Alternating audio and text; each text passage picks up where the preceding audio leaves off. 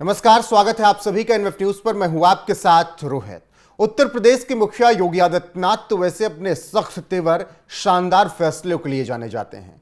2017 से उत्तर प्रदेश की सत्ता संभालने के साथ ही जिस तरीके से सीएम योगी ने फैसले लिए हैं उसकी तारीफ होती रही और विरोधी उनसे कांपते रहे। गुंडे माफियाओं के लिए तो उन्होंने ऐसा इलाज शुरू किया कि बवाल मच गया और फिर विरोधी दल लगातार सवाल उठाते रहे एनकाउंटर और बुलडोजर नीति पर। लेकिन योगी आदित्यनाथ पिछले 7 साल से उत्तर प्रदेश की कानून व्यवस्था के लिए लगातार काम कर रहे हैं।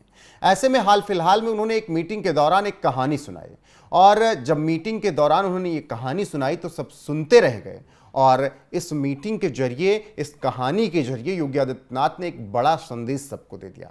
योगी आदित्यनाथ ने बता दिया कि किस तरीके से उन्होंने अधिकारियों को आदेश दिया, किस तरीके से उन्होंने जीरो टॉलरेंस की उनकी जो नीति है उस पर अमल करने के लिए अपने अधिकारियों को सख्त संदेश दिया था। सीएम योगी आदित्यनाथ ने यह मीटिंग अपने पदाधिकारियों के साथ की और पदाधिकारियों के साथ ये मीटिंग जब हुई तो उस दौरान सीएम योगी आदित्यनाथ ने यह कहानी सुनाई है। अब सीएम योगी आदित्यनाथ ने कहानी क्या सुनाई है पहले वो जान लेते हैं, क्योंकि उस कहानी के बाद ही आपको असली मामला समझ में आएगा।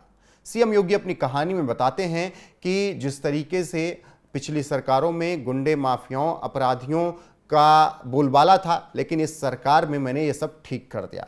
योगी आदित्यनाथ मीटिंग के दौरान अपनी कहानी में कहते हैं, एक बार बुंदेलखंड के चित्रकूट गया तो वहां के अधिकारियों से पूछा कि चित्रकूट में अच्छे होटल और धर्मशाला क्यों नहीं बन रहे।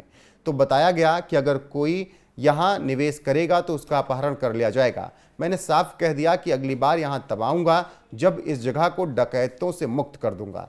आज न सिर्फ चित्रकूट बल्कि पूरा बुंदेलखंड गुंडे और माफियाओं से मुक्त हो चुका है।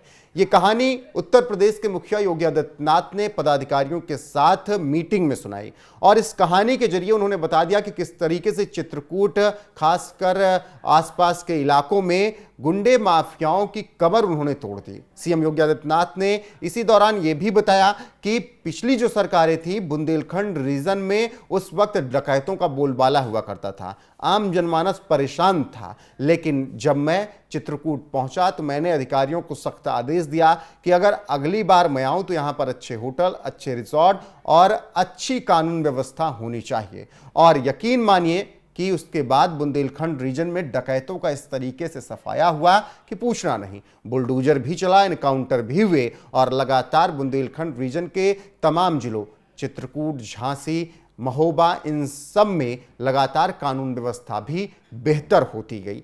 तो एक कहानी के जरिए योगी आदित्यनाथ ने कई बातें बता दी और उन्होंने बताया कि किस तरीके से पुरानी सरकारों में ख्याल नहीं रखा जाता था कानून व्यवस्था का, लेकिन अब की जो सरकार आई है वो हर रीजन में पहुंचेगी, हर जिले में पहुंचेगी, जन जन तक पहुंचेगी और कानून व्यवस्था को दुरुस्त किया जाएगा।